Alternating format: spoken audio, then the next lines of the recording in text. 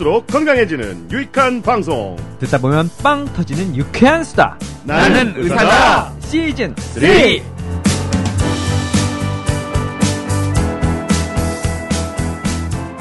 안녕하세요. YG 강량구입니다. 낭닭 배상준입니다. JYP 박재영입니다. 써니 예선입니다. 안녕하세요. 깜신 김종엽입니다. 원래 깜신이 맨 먼저 해야 되는데 그러니까 왜 이렇게 기운이 없어요? 아파 죽을 뻔했어요 이번에.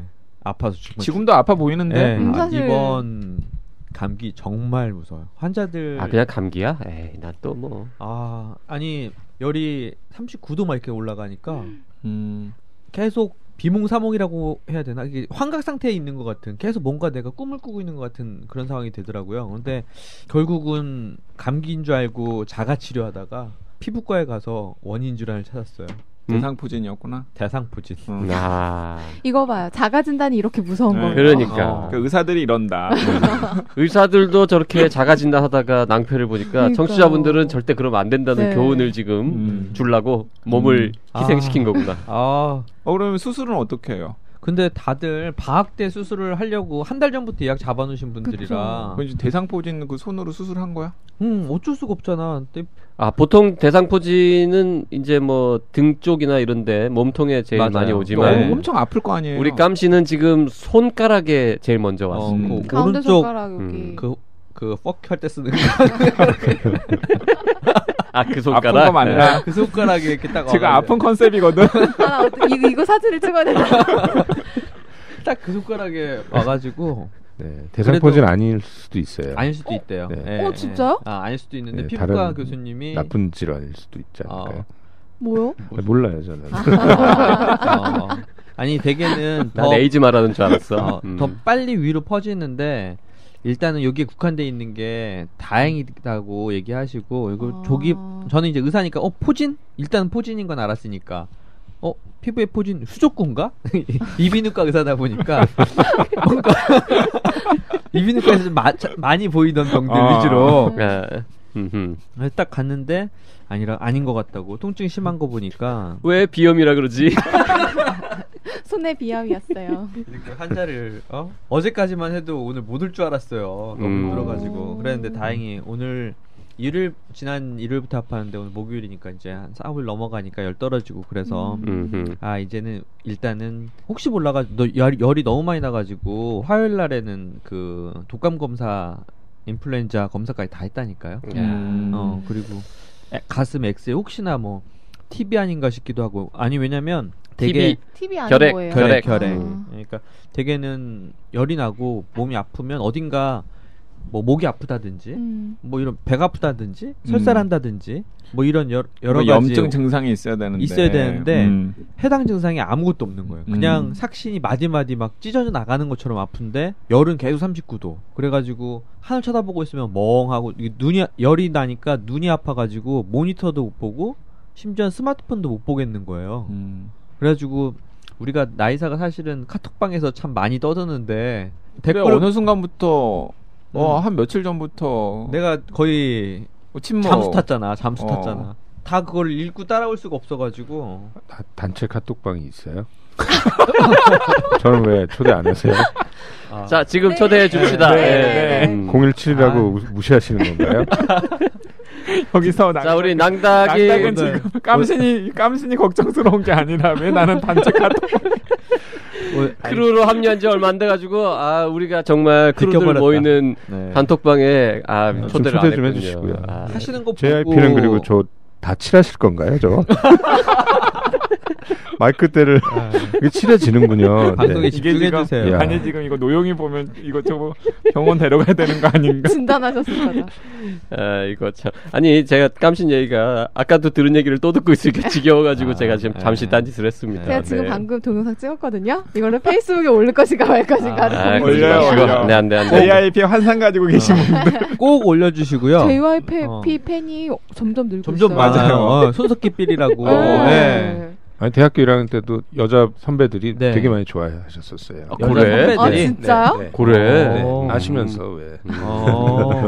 아니 근데 저번에 사모님 선배들 미인이시더라고. 예쁘시죠. 네, 미인이시더라고. 자, 근황 토크 갑시다. 네. 아유, 하여튼 여러분 감기 조심하시고요. 정말 감기 조심하시고요. 팟빵에서 하나 뭐 있네요. 이거는 써니가 네. 한번 읽어주시죠. 네. 지난번에 저희 나이사 페북지기 문소영 씨가 참여를 했었잖아요. 했죠. 네. 막내? 1도 모른다. 이 유행어를 이제 오빠들에게, 아저씨들에게 뿌려주고 떠났는데. 이왕이면 오빠들에게로 해주세요. 그랬는데 오늘 안 그래도 이제 막 문소영 씨를 더 출연시켜달라. 네네. 목소리 귀여우신데 이런 요청들이 많더라고요.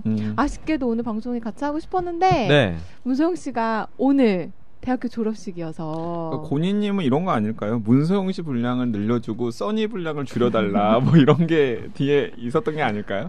고니님이 남겨주신 청취 소감은 정확하게 이렇습니다. 새내기 여자분도 분량 좀 주세요. 1도 모른다지만 목소리 귀엽던데 까지만 적혀 있는데 YG는 그 다음에 숨은 문장까지 네, 읽었습니다. 써니 분량을 줄여주세요. 써니가 말을 잊었습니다. 아니 그래서 저는 1도 모른단 말이 무슨 말인지 몰랐어요. 제가 진짜요? 제가 그 문소영 씨 방송을 제가 못했었거든요. 네. 내가 들어오니까 문소영 씨가 나가더라고. 그 1도 모른다 요즘 젊은이들이 많이 쓰는 말인데. 맞아요. 제가 젊은이가 아니라서. 전혀 모른다 이런 뜻. 낭닭은 압니까? 1도 모른다? 아닙니다. 저기도 모릅니다. 늙은인 거죠. 네. 자, 우리 아저씨들 모시고 어렵게 오늘 방송 또 진행해 보도록 하겠습니다. 깜신의 투병 방송. 네. 네. 잠시 후에 진행하겠습니다. 요즘 환자의 경험이 중요한 화두인 것 같던데 환자의 경험이 뭐지? 사전적 정의는 이렇습니다. 환자의 경험이란 치료의 전 과정에 걸쳐서 환자가 느끼게 되는 감정에 영향을 주는 모든 상호작용의 총합으로 이는 의료기관이라는 조직의 문화에 의해 형성된다. 어려워. 이런 설명도 있죠. 환자의 경험이란 당신이 병원에서 돌아온 다음 배우자에게 들려주는 이야기다. 멋진데? 그 말은 누가 했나요? 폴 슈피겔만과 브릿 베렛이 쓴 Patients Come Second라는 책에 나와. Patient Come Second? 환자는 두 번째다? 환자가 첫 번째 아니었어? 무엇이 첫 번째인지는 책에서 확인하래. 책 제목도 환자는 두 번째다. 이런 책도 있는데 환자의 경험이 혁신이다?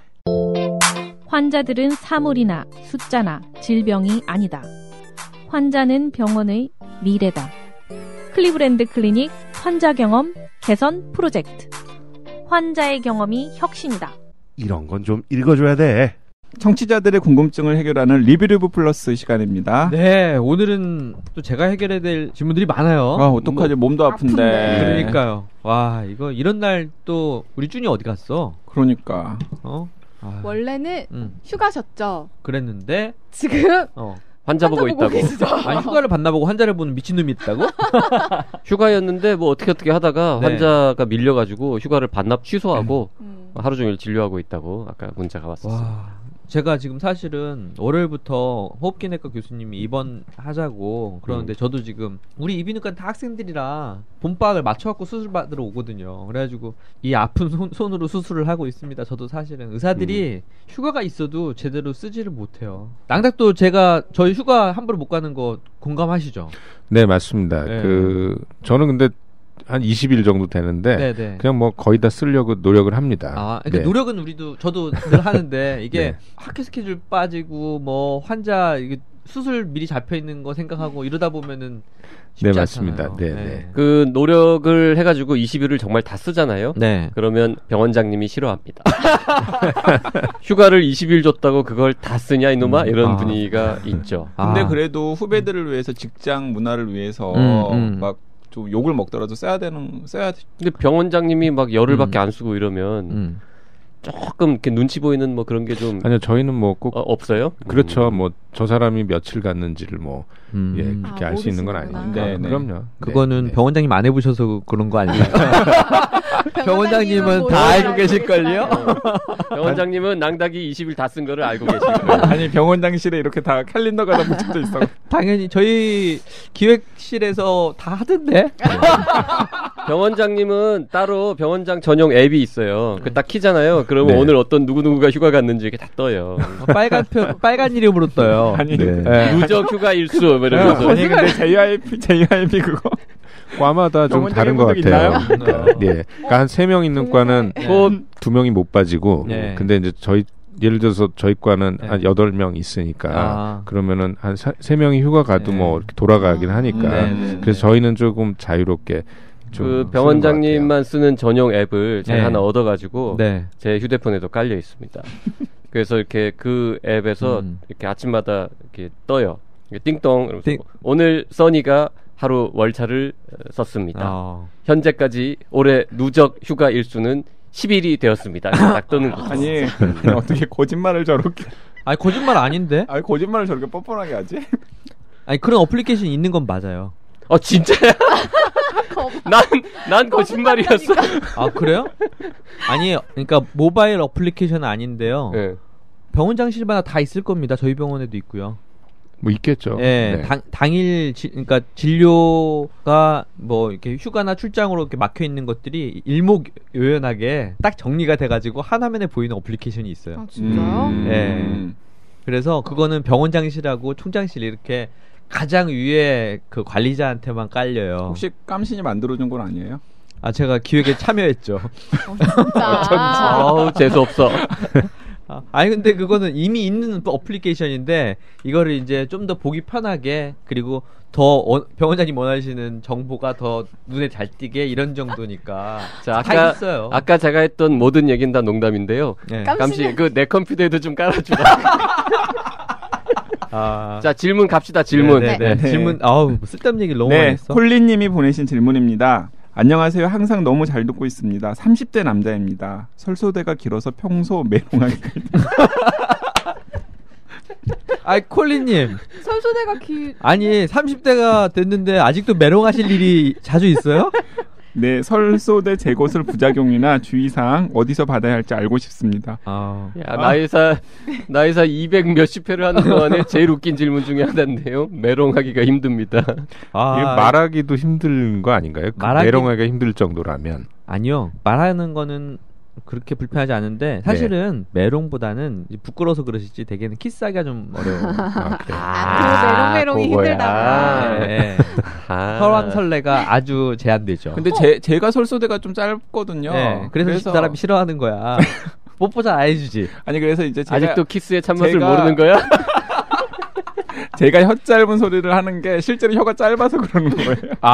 근데 이분은 설소대가 길어서 그렇다고 하시잖아요. 근데 설소대가 긴데 왜 메롱하기 힘들어요? 그렇게 표현할 수도 있어요. 그렇게 표현할 수 지느러미처럼 생겼거든요. 네, 이게 혀랑 저기 깜신이 정확하게 설명 좀 해주세요. 혀하고 혀 바닥 사이에 생기는 마치 지느러미 같은 막이에요. 그런데 이게 없는 사람도 없거든요. 굉장히 작아요. 짧아요. 근데 이게 앞에까지 쭉 길게 나와 있으면 혀를 많이 붙잡는 거죠. 그런데 어떤 사람들은 이게 설수대가 짧다라고 표현도 하고요. 맞아요. 거꾸로 어떤 사람들은 설수대가 길다고 이야기도 해요. 어쨌거나 설수대가 혀를 많이 붙잡고 있는 분일 거예요. 네. 메롱이 안 된다는 그러니까 건. 설소대가 혀를 많이 붙잡고 있으면 혀의 길이는 짧은 거죠. 앞으로 내밀 수 있는 혀의 길이가 짧은 거죠. 근데 콜린님이 방송을 아시니까 그냥 이제 네. 키스 얘기 이런 건 빼고 이제 메롱하기가 힘들다 이렇게 하신 것 같아요. 근데 이 설소대 이슈는 사실 아이들 때문에 맞아요. 영어 그러니까 발음. 이제 영어 발음이라던가 뭐 이런 것 때문에 그리고 실제로 너무 짧으면은 제가 이제 그 애아빠로서 아는데 너무 짧으면은 이제 발음이나 이런 것들이 문제가 생길까 봐서 걱정들을 많이 하시죠. 그래서 굉장히 어린 아이들도 데리고 와가지고 말 배우기 전에 해야 되는 거 아니냐 네, 맞아요. 이렇게 하는데 네. 오히려 저는 좀 반대 의견을 가지고 있어요. 그러니까 설소대 수술을 하는 가장 중요한 목적은 아이가 태어났는데 엄마 젖을 제대로 못 빨 때예요. 그러니까 이게 아이가 엄마 젖을 제대로 빨으려면 그 혀 바닥이 일단 유두 아래를 딱 밀착을 해줘야 돼요. 그 상태에서 음압이 걸려야 쭉쭉 빨리거든요. 근데 혀가 짧아가지고 혀를 충분히 내밀지 못하면 엄마의 유두를 제대로 물지를 못하기 때문에 음압이 걸리질 않아요. 그래서 젖을 못 빨면 아이들이 큰일 나잖아요. 그렇죠. 그래서 그런 경우에는 응급하게 빨리 서두르고요. 네. 그 단계에서 아이가 수유 과정에 아무 문제가 없었다. 그러면 그 다음부터는 여유를 가지셔도 돼요. 그러니까 혀가 짧아서 나중에 말을 늦게 배운다. 그렇지 않아요. 말을 배우는데 단어의 특정 단어에 문제가 있을 수도 있는 거예요. 그런데 의외로 많은 아이들이 수유에 문제가 없는 정도의 아이라면 발음에도 큰 문제가 없는 경우가 많아요. 그래서 저는 말을 충분히 배운 다음에 아이가 정말 발음이 좀 부족하면 그때 언어 전반 진단검사라고 해서 좋은 평가를 합니다. 여러 단어를 발음을 하게 해서 정말 이 단어들이 설수대가 짧을 때 부족한 단어인지를 또래 아이들과 비교하는 검사예요. 그래서 전체적으로 떨어져 있으면 아이가 유난히 말이 좀 늦은 아이니까 이럴 때는 언어 치료를 해가지고 말을 좀 더 빨리 가르쳐주면 금방 따라오고요. 거기에서 진짜로 이 아이는 혀를 내밀어야 되거나 혀를 입천장에 대어야 하는 발음이 부족하네 라고 해서 설수대에 의한 언어 발달 장애라고 진단이 되면 그때 수술을 해도 늦지 않습니다.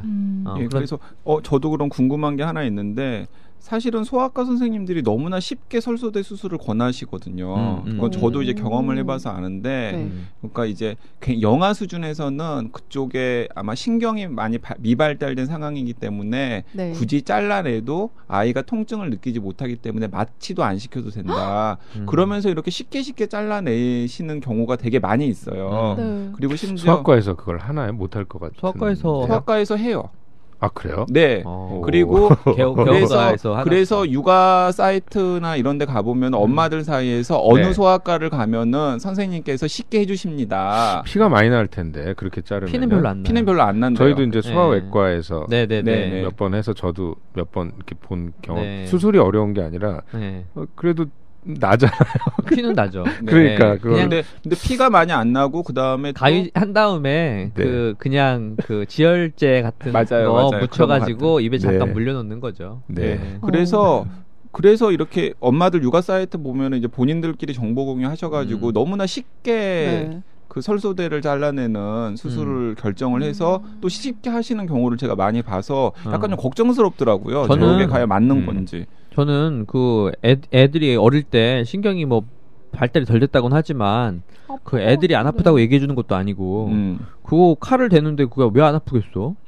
발바닥에서 바늘로 찔러가지고 피 한 방울만 돼도 애들이 우는데 저는 그건 난 못 믿겠고 그래서 저는 어쨌거나 서전임에도 불구하고 필요 없는 수술은 안 하는 게 맞다고 생각을 하기 때문에 그 원칙이 맞아요. 그러니까 저 그런 경우 있잖아요. 수술하다가 이거 한 김에 저것도 해달라.